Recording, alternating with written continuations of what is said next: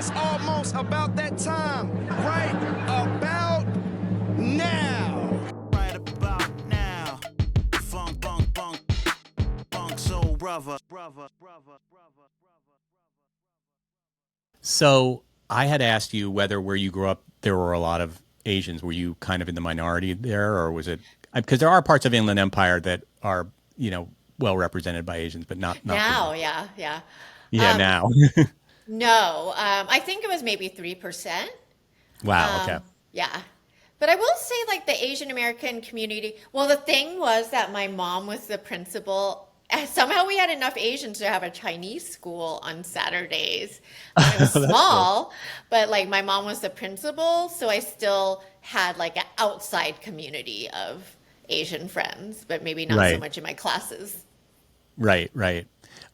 So how did that sort of like? What was your upbringing like? Like, how did it kind of impact a little bit about who you became? Like, what was your family life like, et cetera? Your friends?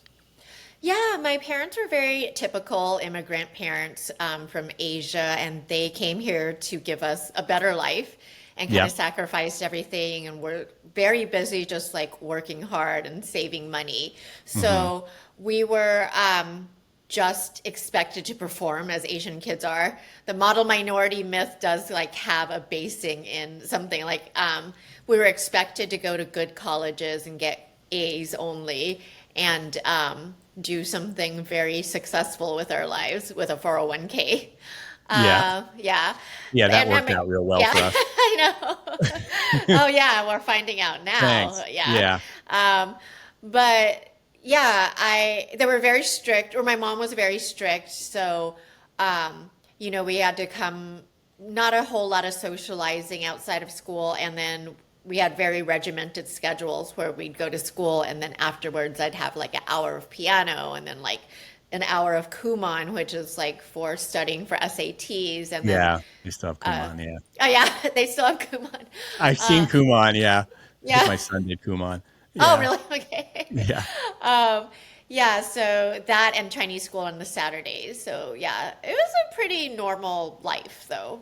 Like Right. the, Did you yeah. did you feel like you needed to balance? You had these parents who were immigrants, and it's very much like rooted in the Chinese tradition, and then you're growing up in America, in California, which is very like, it's California, right? So it's like California girl, that kind of Yeah. vibe and everything, right? Did you identify more with your American side or your Chinese side growing up?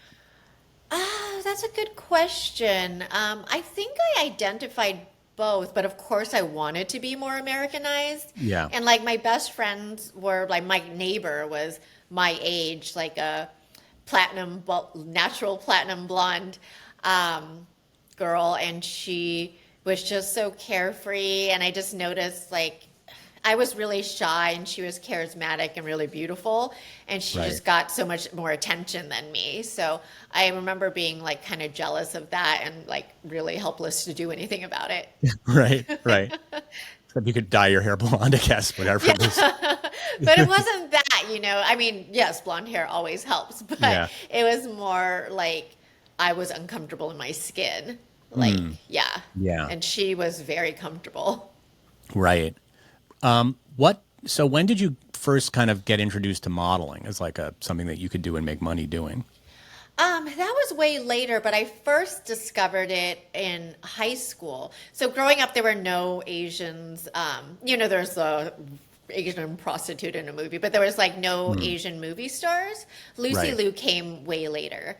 So I was, in my teenage years, kind of searching for a Britney Spears. I think this was before Britney Spears, but I was looking Yeah. for someone like that, but Asian to idolize, but there just wasn't such a Right. thing. And then the internet started with AOL, and I was online like everybody else. And I discovered that there were all these websites dedicated to this Asian model named Sung-hee Lee. Mm. I actually think a guy friend in high school had first mentioned her, and then I discovered she had this huge fan base, and she Wow. was so beautiful, and everybody was saying she was like the most beautiful, this and that, and she happened to be a Playboy model. And then I looked at her photos and I was like, wow, these are so beautiful. Because Playboy does shoot really beautiful photos. Like they're, not raunchy, perhaps. I Right. mean, in comparison to, Yeah, some would consider that, yeah. But I just thought it was really beautiful. So I didn't like think anything of it then because I think I was 15.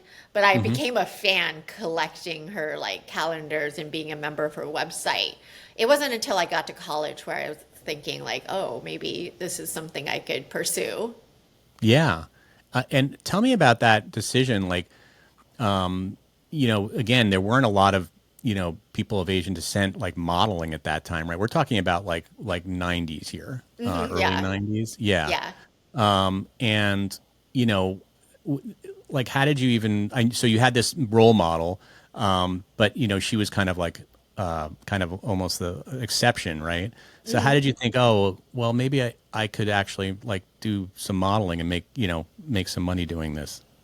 Yeah, and I was like, I just thought if she could do it, like I could do it, even Yeah. though she was like way more beautiful. But like money was never my motivation for it. It was like the validation. I Yep. felt like such low self-esteem and I was just kind of like ignored in high school by Mm. guys. Like I never asked out to a dance and never had a real boyfriend. I kind of had like a boyfriend that we kissed once, if you count that, Right, like right, freshman year. But yeah, I never had a boyfriend, and I really wanted a boyfriend. But right. yeah, the guys that liked me didn't like me back. So I had this like big gaping hole of like validation, and then kind Mm. of combined with like my parents didn't, Asian parents get their kids to succeed kind of by criticizing them. Oh, really? Is that? Yeah, It's they're probably like, similar to Jew. I have Jewish parents. It's okay, probably it's similar. probably very similar to that. And there's a Yep. lot of comparison, like, oh, look at your cousin over there. She got a 1600 on her Oh God. SAT and she got into Oh no. Harvard. Yeah, Yeah. that kind of thing's constantly happening. So you're always feeling a little bit less than. And I think I just was naturally came out of the womb really needing verbal affirmation and I didn't get any and it just made me really deeply search it and the ways that I chose to search for it were like maybe not the healthiest places. Me and like what do you mean? Give me like. Just like for men, like it was always, but I feel like that it was culturally set up that way. In my book, there's a chapter where I kind of discuss my relationship with my dad, but I also discuss the movie The Little Mermaid, which Hmm. was such a huge influence on me growing up. And I loved that movie. And I still think it's a beautiful movie, but the message of it is pretty disturbing if you break it down. It's Yeah. basically like, oh, this beautiful girl falls in love with this prince that she sees once and then she Right. goes and gives up her entire life, her family, her voice, and Her her, voice. Yeah. yeah, her body.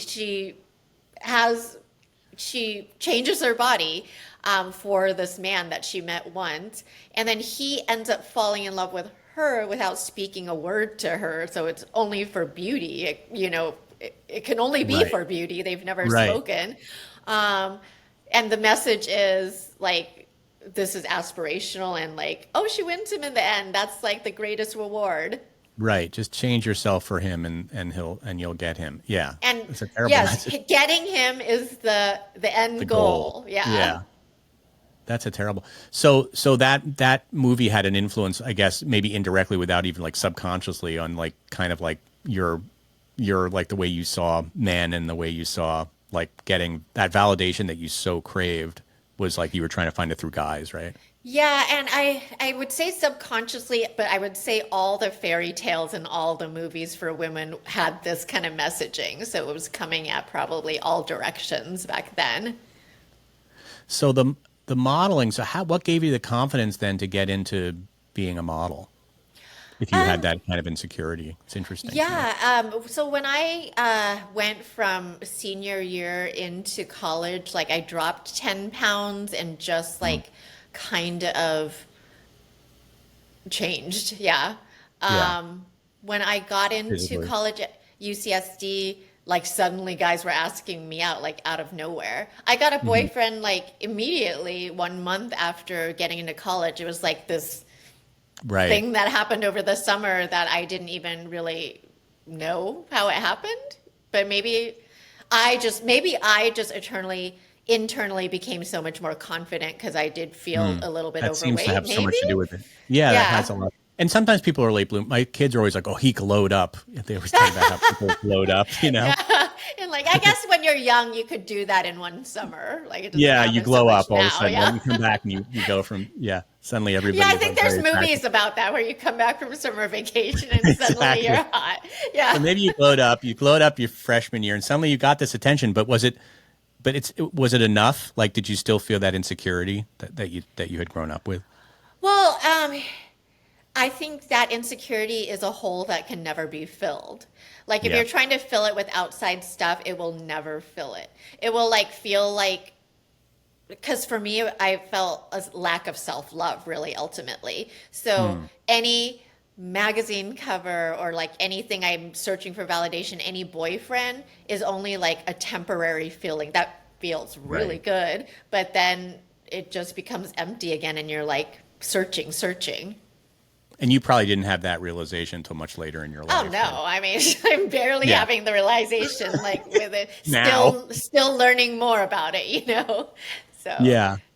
So this I don't think people, and I wasn't really aware of it, like this import magazine and like in being an import model. And I know we're jumping ahead slightly here, but can you tell me like what that means? Like I wasn't like that's a real big huge thing, but a lot of people who are listening might not be aware of like what that is all about. yeah, it's super niche. It's funny because like have you ever seen Best in Show? Maybe this is an obscure Yes, reference. totally. But yeah. The Yeah. Christopher Guest So documentary. I mean, this is horrible that he's comparing these models to dogs, but once a documentary filmmaker wanted to like cover import models and he kind of compared it to Best in Show. He was like it's this like obsessive little world where Right. like everyone's treated like celebrities and it's like life or death to like and then people outside of the world have no idea this is Like who happening. you are. Yeah. But it was very niche. Like, if you're not Asian American, you might never have heard of it. I mean, the Hmm. only reference I could give to non-Asians is that it inspired the Fast and Furious franchise. So, like, Right. maybe the first movie and the Tokyo Drift are like representations. Not anymore because they're like going to space now, but it used to be. But yes, the import scene was kind of created because Asian Americans had no gathering place or community. And during, I guess maybe the late 90s, like Japanese cars became affordable and popular. And then the kids started just modifying their parents' cars. So Right. they'd be like modifying a Hyundai, so, like, Yeah, and like or amping it up. Yeah. yeah. So then so many people were doing it that like people were spending thousands and thousands of dollars and making their cars really nice. So they're like sprang up this whole culture of shows where people would go and them off and compete. And then of Hmm. course models come along when cars are there. Why Um, is that? Why are yeah, models? models they Because just suddenly guys, I guess appear. because it's Yeah. the things guys like. It's like, oh, there's a car better with a girl in front of it. Yeah. Yeah, that's Yeah. like the simple theory, So probably. true. But yeah, the models in this import scene became like little celebrities in that community because there was nobody else. Like Americans had Pamela Anderson, but we didn't have that, so we just kind of Right. made it within our own community. And so were you traveling around and you got into that scene in terms of like you were hired to be a model at these shows? Yeah, so I had started doing like pinup modeling and gained a little bit of my own following. And I was aware of the import scene, but I wasn't even like trying to do anything there. But I think once you gain some visibility as Asian, the import scene's obviously going to come calling because there's not Yeah. like that many Asian models in the world. And yeah, so I would just get hired as a model for different companies and tour around. And the shows took place everywhere, like even in like some town in Kansas I'd go to and be Wow. like, there's enough Asians here for a show. And there was, And they'd and the all crowd the would just Asians in Kansas would come. Yeah. wow. So the crowd would always be almost primarily Asian. Like everybody At would be. first, yeah, at first. Yeah. Until after Fast and Furious, then it turned super, super multicultural. Wow, that's so interesting. I guess Fast and Furious was onto something. They found a niche thing and exploited it basically. Yeah. Well, when did you first start noticing like the sexism and the racism in that industry? Like, was that from the beginning, or like talk to us a little bit about that? I think that's later reflection too. Like I didn't really, I wasn't that aware of it. I mean, all the girls were just models and all the guys were the ones running things, but Right. I didn't really like think about it at the time. But it was very much set up as any modeling setup where like you're hot for one moment and everyone's looking for the next young thing. But that's Yep. not a import industry thing. I think that's an entertainment industry problem. Exactly. Yeah, Yep. so that I didn't really analyze because I just thought that's what I'm working with. Right. So were you enjoying this time in your life? Like, was this like a period you look back on favorably? Yeah, there were times of like a lot of fun. I had a lot of fun touring around. And plus, I was also having a drug problem. So a lot of it was not fun. Hmm. And then there was so much insecurity still because even though I was having success and getting these things I always wanted, that doesn't fill the insecurity inside. You see that with like famous musicians. They get everything in the world that you want, but if they don't feel loved by themselves inside, that doesn't fill the hole, even if you have like $10 million in like the world Yeah. at your feet. And I I think it's didn't hard. have all that. Yeah. Yeah. I think it's sometimes hard for people to understand that. It's like, here you are, you're beautiful and young and, making a living, being around fast cars and, people are, and having people like adore you, at least, superficially. Right. And yet it's just, in the end of the day, you don't feel that great about yourself, and you are even turning to drugs, maybe as a kind of way to self-soothe or whatever. I don't want to psychoanalyze too much, but Yeah. that's usually why people turn to Yeah, yeah. drugs or addiction. And the models were very much pitted against each other. Like the Oh guys would wow. be like, "Oh, she's my favorite. No, she's my favorite. She's prettier." And then Oh they'd God. like say, "Oh no, she's the number one model." And no, like there would be these arguments online that would get really vicious and like start And you pointing out your internalize flaws. that, right? Yes, I yeah. mean, Yeah, yeah. I was never the most beautiful and I knew that. I was the hardest working. Like I would work harder than anybody else, but I knew like and that was like my insecurity, because I wanted to be the most beautiful, but that just wasn't the case. Yeah. At this time, were you dating? Like, what was your love life? What's your love life like when you are, wanted by, or just, so many people are attracted to you, right? But you're trying to have a relationship too, like in that world. That must be kind of tricky for you and for the person that you're dating. Yeah, it Like was weird. Well, jealousy. I had a boyfriend the whole time, like through the most of the import scene, and I kind of detail in the book that he was very much a proponent of me starting to Hmm. model, which is like great and also kind of strange because why would you like encourage? But I guess there are a lot of boyfriends who encourage their girls to go model for Playboy or whatever. They're in the Yeah. minority, There's but a, you hear that story a that lot, there is, right? yeah, well, there's I think it's called there's a word for it. My therapist says something like the hot wife complex or something where it's like and you're not the wife, but like something guys can get off on having this idea that people are Yeah. attracted to their wives, right? Or their Yeah. girlfriends. Yeah. Yeah, because my boyfriend at the time was a very big fan of that same. Every Asian guy was a fan of Sung Hee Lee's, so he Yep. was a fan of hers also.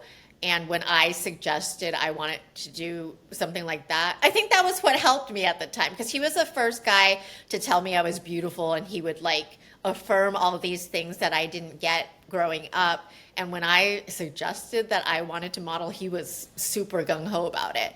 And I, as a young woman, really wanted to please him too and impress him and make him look good. So Yeah. that helped. Yeah. It helped. So okay, so fast forward, that career, I don't know if they're overlap, but then you start this band or you're in this band called Pink Nylon, which was like a all Asian girl band. Yeah, Yeah. Nylon Pink. That Nylon Pink, sorry. yeah, at first I did a solo career for a while. And the reason I did it, like I kind of always wanted to pursue music when I was younger, but there was no role model, so I was like, I don't think this is realistic. Yeah. But as I started to have a following with this import scene, I just started to like put out like a song here by myself, and like people would respond to it positively. And then clubs began to book me for things. Oh, that's and then MySpace came, and then that's when things took off because like MySpace was built for music. Yeah. So I was able to launch a music career probably really because of MySpace. Yeah. And then I eventually pivoted to doing a band.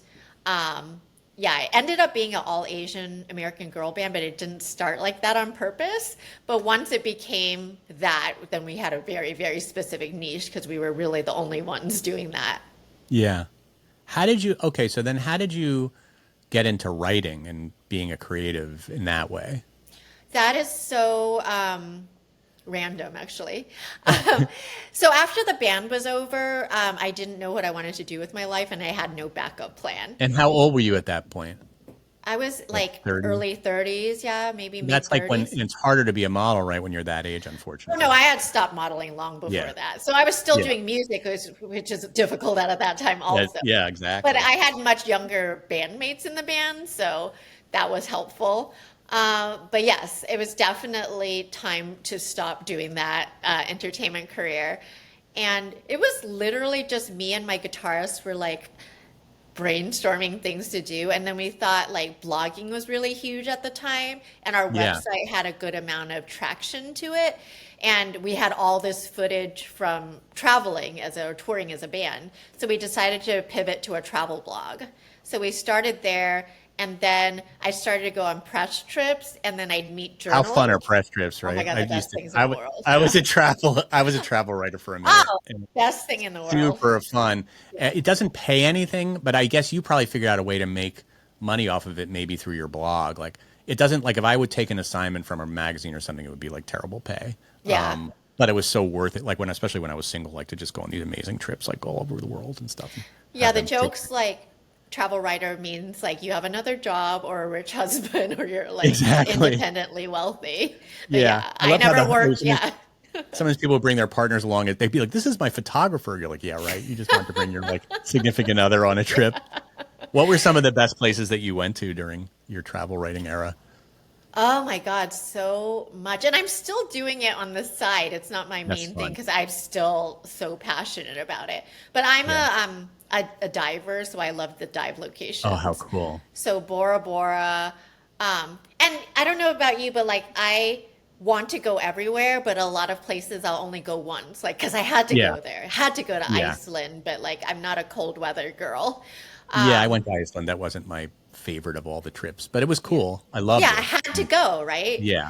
But like Bora Bora, I've been to like 4 times because Oh my the God. diving Now I is wanna like, go. oh my God, I recommend it. It's like Hawaii, exponential Hawaii, I think. Like so much Yeah. better than Hawaii. Yeah. Yeah, exactly. And the Maldives also because these are diving locations. Like if you I went don't diving. dive- I went diving in Bali once. I think it was Bali. Maybe it was Thailand. Because I lived in Asia in like the early '90s. I lived in Japan for a year, and then I traveled around. But yeah, it was incredible. That's where I learned how to dive in Asia, and it was unbelievable. I don't know if I would still dive. No, I'm an old man. I think I'd No be. way. I think you could dive until you're like 80. I know. I mean, you but see some of the the things I did. divers, yeah. Some of the things I did were pretty intense. Like I would go under, like when you would find a shipwreck and you would like go under, like whenever you're diving and you're going under things, like that's pretty intense because you get pretty claustrophobic if you're like, Yeah. if there's something above you, I Well, don't you know. can I was just much- not do that. You can just- yeah, Just, you're right. You can just choose do not to do something that. easy. Yeah. I think it was in Bali where they brought bananas down with them and they were like, fish love bananas. And it was so cute because they would peel a banana and all these fish would go like to the banana. And I was like, who would bring a banana with them? It was just cute. It's so weird that they're into Anyway, bananas. but okay, so you're doing travel writing, which is awesome. And when did you one thing I have noticed as a pattern with you, which is actually really cool, is that you kind of find like niche things and then you figure out how to like you're an early adopter. So like you were an early adopter to like the import movement, then you were kind of an early adopter to MySpace, and then you were a bit of an early adopter to blogging. So like you seem to be pretty on top of like, and now you're like pretty hot on TikTok, pretty hot. You got 500,000 followers. You're very hot on TikTok. So like you seem to be very on like, what are the kind of mediums that I should be, sharing my content on? Like, maybe I'm just seeing that as an outsider, but it seems to be like you're pretty savvy about that stuff. Some a little bit, and some is accidental. Like TikTok, I was just, Like you're like, this is during the cool. pandemic. No, I was Yeah. just the pandemic, and it was like everybody's, like nobody was buying travel articles, but they sure were buying culture articles about TikTok. Like Yeah. New York Times was like reporting on every trend on TikTok during the I wish pandemic. I had done TikTok. I know. Yeah. I blew it. Yeah. Yeah. Because I got into podcasting actually during one of the things I got into during the pandemic, and it was really cool, and it was great for me. And I've noticed now I've kind of, and I don't know if you're on, well, I know you're on Substack because we almost did a Substack live together, but like I've found a whole world on Substack that I didn't know about, which has been pretty cool. Yeah, I'm late to the game there. Yeah, I'm just Yeah, like, well, yeah. I mean, So it's interesting because we're going to take a side tangent here, but it's something I did want to talk to you about. Is like, you found this niche you said in TikTok where you tried like a lot of things, and then you realized actually what people were the most interested in was this period of your life in the 2000s, right? That we talked about, the import modeling and all this stuff, and some of the like not so great side of that, as well as maybe celebrating it. I had a similar experience where I was trying a million things on Substack, and then all of a sudden one day I wrote a response to a New York Times article about how Gen X is like dead, and we're I both saw Gen that X. already. Yeah, that Remember that article went article? viral on Facebook. Yeah. Yeah, exactly. And I wrote a response, and my article, on Substack, my article went viral.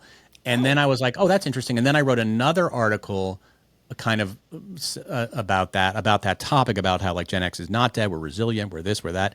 And then that did really well. And I was like, oh, maybe I'm onto something. And then I started just writing all these articles about Gen X, about Oh, my favorite movies, my favorite songs, and it was like really like like suddenly I went from having 500 subscribers to having like 4,000, and it was kind of crazy. And it's like I kind of feel like it's similar to your experience, where it's like you yes. found this thing that you're interested in. I think that's the main thing. It's like it is your lived experience, like, and then you're just like, okay, this is kind of like a little bit of a lane, like a niche, like it's specific, right? And Yeah. then yeah, I feel like I don't know about Substack, but TikTok's designed that way to like right, distill the truest you.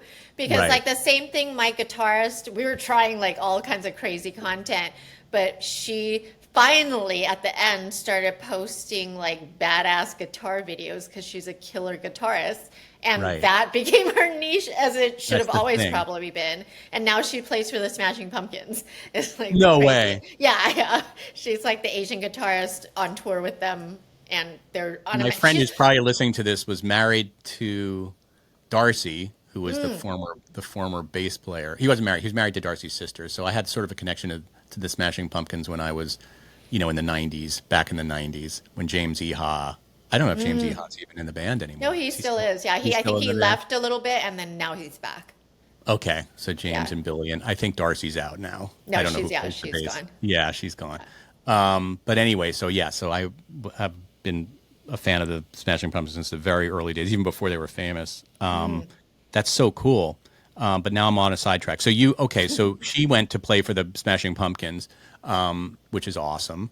And you found this other niche, like you found, and so you write about travel, but you also like tell me about like what you kind of like what you've discovered people are interested in, what you're interested in writing about now.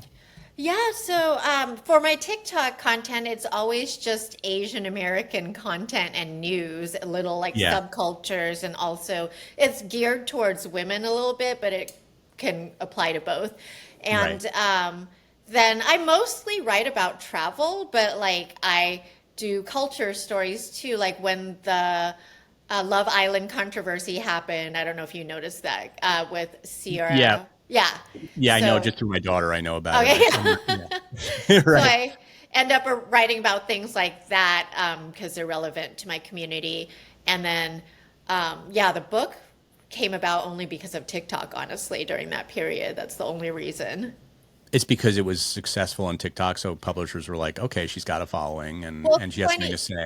Yeah, Yeah. I had that idea because I had actually written an article for Newsweek about like how I was kind of complicit in the fetishization of women, and now we see that it leads to violence, and that was about the shooting incident, and then Yeah. that kind of got a lot of attention, so that like inspired me to dig more into that idea. Yeah, so let's talk about that idea. That's the main like sort of theme of your book, and or it's a huge part of your book. So, What do you mean when you talk about the fetishization and how that leads to violence? Can you sort of talk to me about that a little bit? Yeah. And then I want to start with, because every time I say the Asian fetish, like all these men who may just have a preference get really enraged at me. And Oh, I really? never at any point said the Asian fetish meant any man who was dating an Asian woman. That's like them Right. projecting their own thing. But like Yeah. the definition of an Asian fetish for me, and this is like the minority of men that probably date Asian women, is like somebody who objectifies and dehumanizes their partner and treats them as like interchangeable. Like, Right. oh, any Asian girl will do, and I'll replace her with the next one if this one doesn't work out. So it's that kind of attitude. And just from that outset, they're already treating the woman as an object. And Yeah. that makes it better for them to treat them as with violence. But it's also what's really highlighted in my book is the history of the colonialist history of the Asian fetish, which like on TikTok, people are like, why are you talking about the Philippines War that happened like 100 years ago? And it does matter historically where things originated from, because we can see current things happening today. Like there's still a problem with rape by American military station in Okinawa today. So it's not like it's gone. Yeah.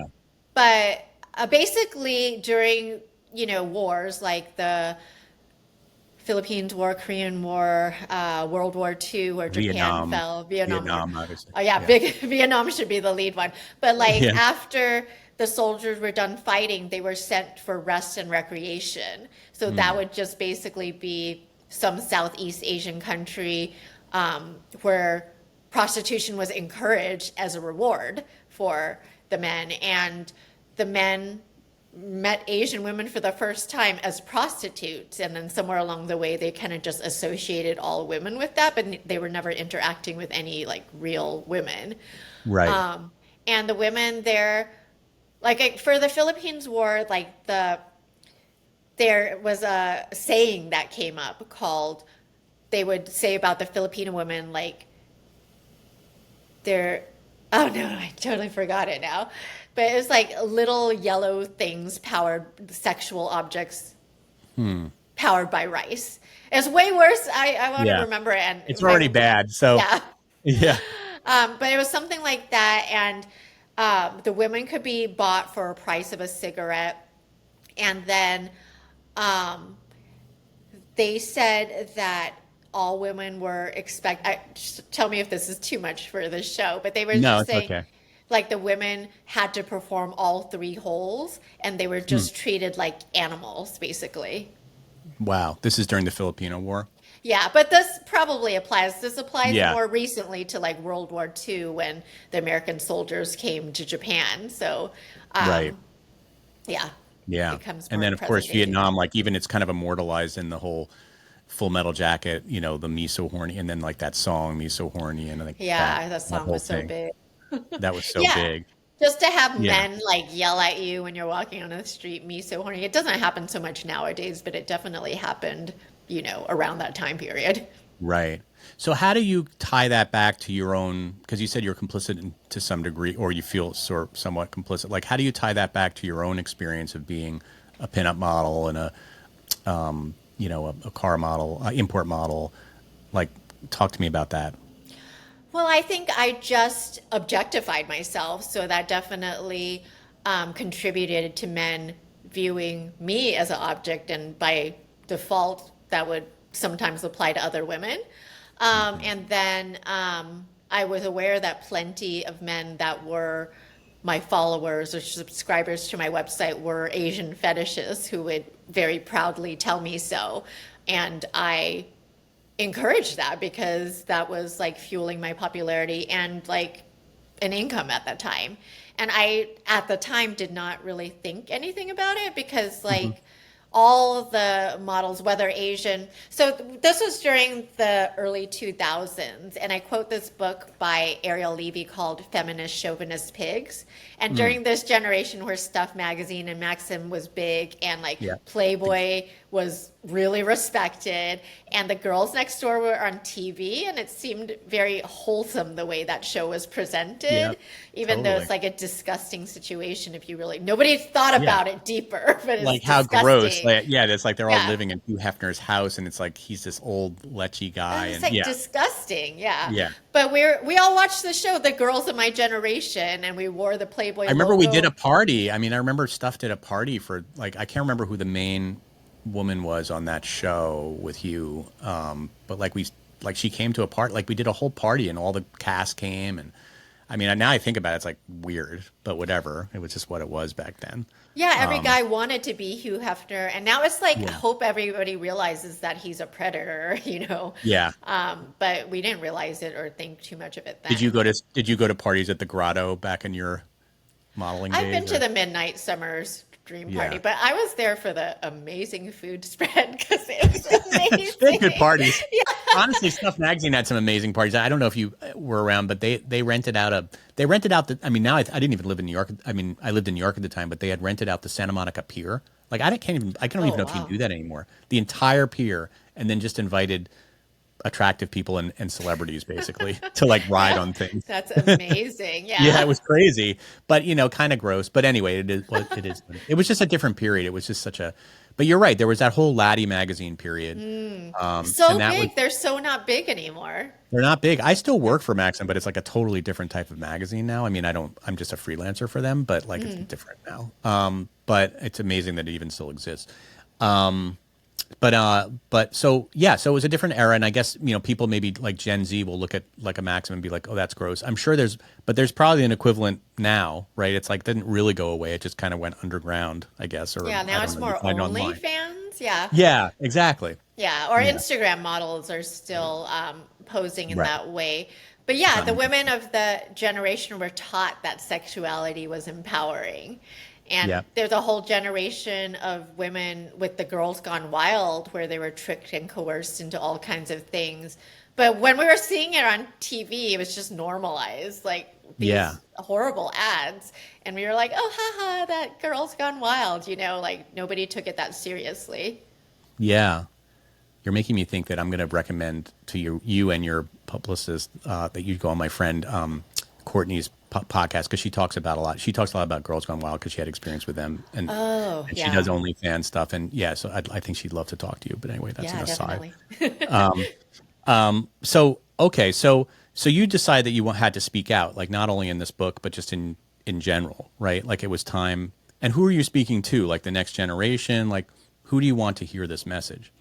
Definitely women. And here's the thing, I don't want to shame any woman from being, you can be empowered in your sexuality and lead with that sexuality, and maybe that's authentic to you and that is fulfilling. Like for me, it was not authentic to me. So like for me, I was seeking validation for other things. And I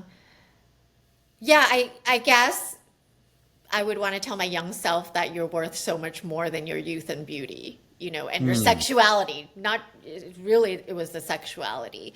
Because like when you're 21, it feels like a superpower, right? Like all these men are willing to do, all these middle-aged men are willing to do all these things for like a 21-year-old, it's gross. Yeah. It's like very not subtle, Yeah. And they probably have daughters like your age, It's weird. It's like so weird to me. Yeah. But how did you come to that realization? Was it through self-reflection, therapy? Like, how did you come to this realization, later in your life? Like, wow, that was not like what I was doing was sometimes motivated in the wrong ways. And honestly, it was after getting sober. And then in recovery, you do deep writing and reflection. You actually go through your entire life and like walk through everything. So, and then the hallmark of it is that you always look at your part. So I was always looking like, oh, where was I? Yes, there was this like happening, but what did I do? So I think that's why the book is so much about like, how was I complicit? Because the whole recovery thing has been drilled into my brain. Like, Yeah. my part. If the you now could talk to the you when you were 21, what would you say? Like, do you think that it would change the you of 21's mind, no matter what you said? Do you think? No, I think I would have to go back to the me of like 12 years old or something and Yeah. tell her that she's loved. Because by the time she was 21, she was, when you're 21, you think you know everything. There's no Yeah, of adult that course. can tell you anything. But if that little girl at 12 was like told that she was loved and like believed it, then she would have made different choices. Yeah, that's beautiful. And so hopefully people who read your book, maybe who even listen. I don't know if I have a lot of 12-year-old podcast listeners, but maybe I do. That's kind of creepy if No. I The do. thing is that fathers is crazy because like men are obviously not the main target audience that you think are going to pick up my book. But I was speaking to another podcaster the other day who's a father, and Hmm. he said after I read your dad chapter, I just went and gave my daughter a big hug because even though Oh, I am loving her, and there's sometimes I'm working at the computer and I shoo her away because it's like I'm in the middle of something. So. Yeah, I think parents yeah. can No, I affect a lot of appreciated change. that Yeah. too. I have a 15, almost to be 16-year-old daughter who's like Oh, okay. very aware of her looks and something she's very I have to be careful in case she's listening to this, but she's working out a lot. She's aware of her diet. She's aware of her body more than ever. She was 2 years ago. She was probably didn't care as much about that stuff. She was really into poetry and doing like slam poems, and now she's more, a little bit more fixated on that stuff. But I think she has a healthy attitude towards it. But I certainly, like as a dad, I just want to let her know like that's not like who you like. It's a great part of an extension of you, but don't like let that dictate who you are and who you want to be, and you're so much more. And I think she's got a great head on her shoulders, so I'm not so worried about it. But I think it's important for people to hear, because I think there's a glamour that goes with like the modeling life. Like I think when you're that age, I'm sure that she knows or she reads about or sees Instagrams or TikToks about models and it's like that life sounds really cool. Like guys are super into you. You're traveling around the world, so there's an attraction to that. And so maybe in that way, by doing modeling at that time, you were sort of sending the message to people like that, this is fun, but you weren't feeling so great about yourself at that And time. there's different forms of modeling. I did pinup modeling, which is specifically for men, but you could be like a fashion model and doing like, I mean, it's still a very dangerous industry, but like it's Yeah. different because you're marketing a product. So it's like not as damaging, I don't think. Right. Right. So the book comes out on Tuesday. Have you gotten some response already? Like, have people started to read it? Have you started talking about it on TikTok? Like, what's been the kind of early response, early reviews? Yeah, I'm just getting a lot of people saying that like they're crying, so, which is Oh, like not really the intention of it, but I'm glad that it it can touched people. resonate. Yeah, because like I was so shut down from some of the trauma that I experienced that I'm still learning to cry. So it's Yeah. like Well, I mean, inspiring can me. you share something that, like, that you shared in the book, even that was traumatizing for you, that like really hurt you, and I don't know that it helped for you to exercise by writing about it in the book, or Well, I think the main thing is that when I was in college and trying to model, I was assaulted by a man with an Asian fetish, and that Hmm. video was published online, and for years. So around the whole Oh. time I'm modeling, this is in the background because people are always pointing out, "Oh, was that you in this video?" And Yeah.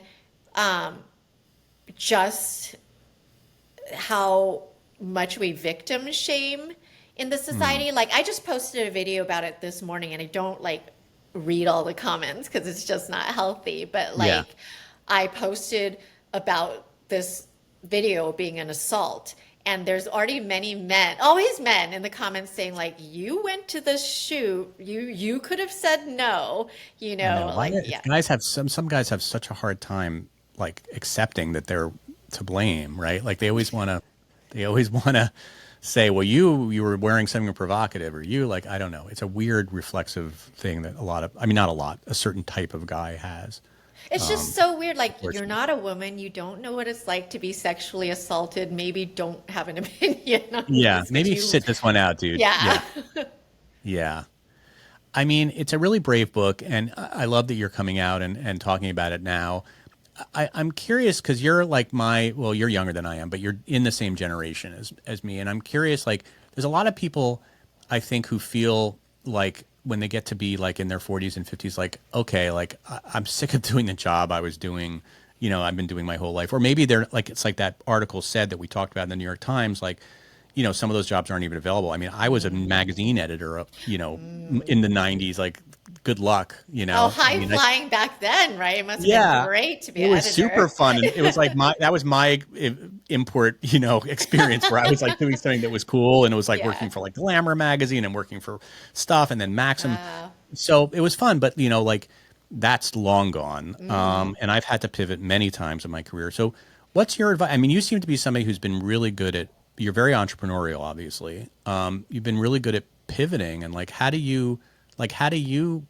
does that guide you? Like, how have you been able to kind of reinvent yourself so many times or just try different things?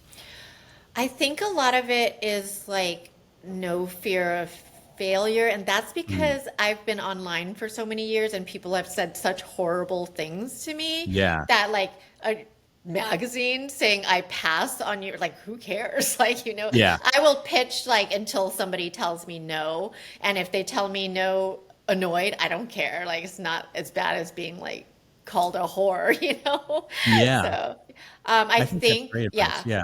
Not Uh, fearing failure. I think so many of us are so afraid in the generation. The other thing about our generation, and you're not this, is that I think sometimes they're afraid to go online or be kind of an online presence because we were sort of taught like, don't like be such a show off, like yeah. don't like whatever, right? It's like now, of course, Gen Z, like they're all about like they've been raised on Instagram, so like that.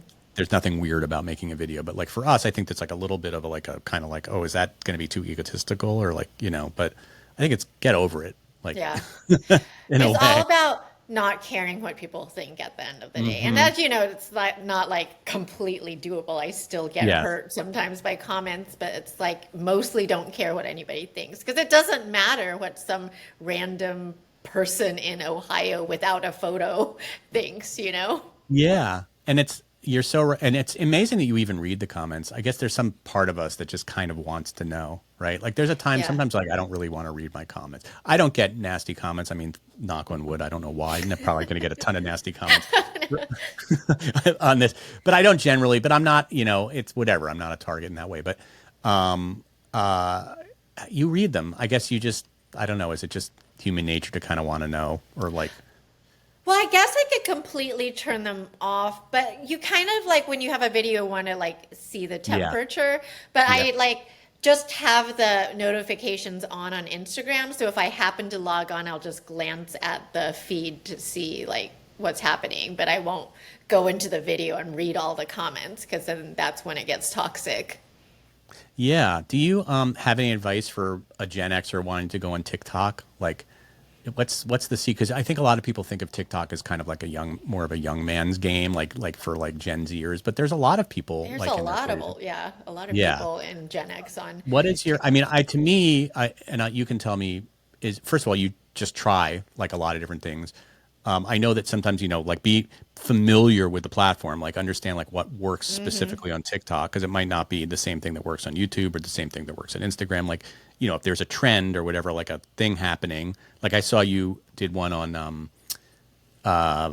was like now I'm totally spacing, but like signs like you're uh, like say you're Asian without saying you're Asian. I think you did like that. Hmm. That there was like that meme, right? There was Yeah, a say yeah. you're Gen X without saying you're Gen X. I saw that, and I think you did something like that. It might have been a while ago, but I just noticed that was on your like kind of being aware of like the memes that are happening. You But have to that's be a consumer. You have to yeah, spend 15 minutes a day. If you're going to do TikTok, you need to spend minimum 15 minutes a day just watching other people's right, content.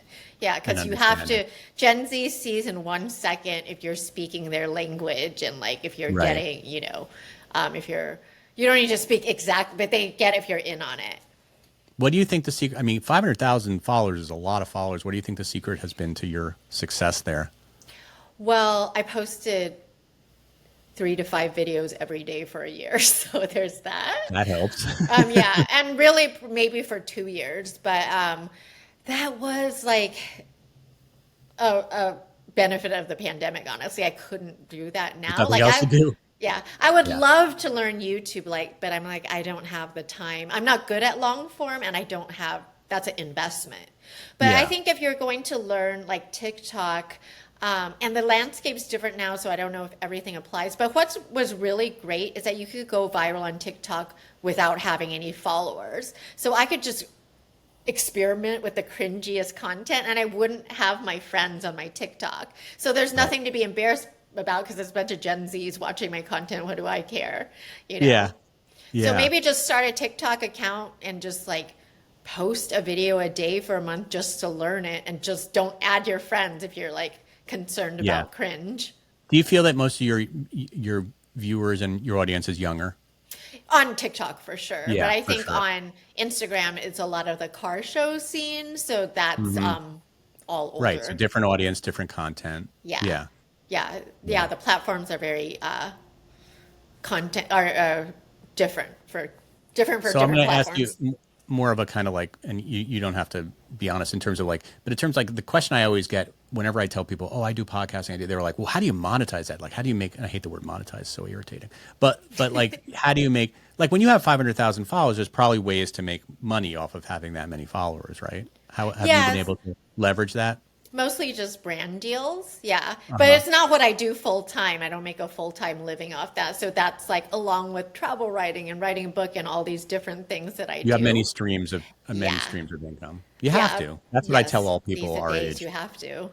Yeah, I tell everybody that. Like, unless you're one of these people that still has a full-time job, which is, I mean, you're like, that's almost going to be over. But I mean, I still have friends that still have like one job with like an insurance plan and da da da. But in LA, I don't have as many friends, more like my friends back on the East Coast. But yeah, it's multi hyphenate. I mean, when people ask you, what do you do for a living? Like you're on a plane and somebody's like, so what do you do? What do you tell them? I used to say travel writer, but now I just say Right. author. Even though travel Okay. writer is like just a big portion Yeah. of what I do, but not even the main thing. Yeah, that's so But I cool. don't like saying like I do a million things. It's confusing. I know. I was always like, you have 25 minutes? Yeah, I'm a podcaster, an author. Da, da, da. I know. Well, Kaila, this has been super interesting. I'm so glad to get to know you and to share your story with our listeners. And I'm really excited about your book, and I hope it does really well. Wow, I wish you continued success with everything. Thank you so much. Thank you for having me. Okay, I'm gonna press. I'll press stop, and then we can. That was great.